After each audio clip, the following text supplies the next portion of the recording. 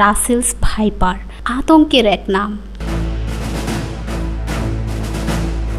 রাজবাড়ীর পাংশায় বাদাম তুলতে গিয়ে রাসেলস ভাইপার সাপে ছোবলে মধুবিশ্বাস নামে এক কৃষক আহত হয়েছেন।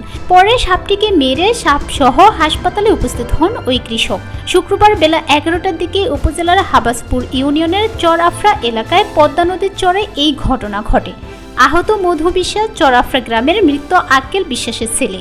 হাসপাতালে চিকিৎসাধীন মধুবিশ্বাস বলেন, বাদাম তোলার সময় আমাকে সাপ ছোবল দেয়। এই সময় আমার চিৎকারে আশেপাশের অন্য কৃষকরা এগিয়ে আসে সাপটি মেরে ফেলেন। পরে মৃত সাপসহ আমি পাংশা উপজেলা স্বাস্থ্য কমপ্লেক্সে আসি। পাংশা উপজেলা স্বাস্থ্য কমপ্লেক্সের medical officer doctor Mohammad Enamul Haque বলেন, এক কৃষক হাসপাতালে ভর্তি হয়েছেন, তাকে রাসেলস ভাইপার ছোবল দিয়েছে বলে আমরা নিশ্চিত হয়েছি। ওই কৃষককে এখন চিকিৎসা সেবা দেওয়া হচ্ছে, এখন তিনি সম্পূর্ণ সুস্থ আছেন।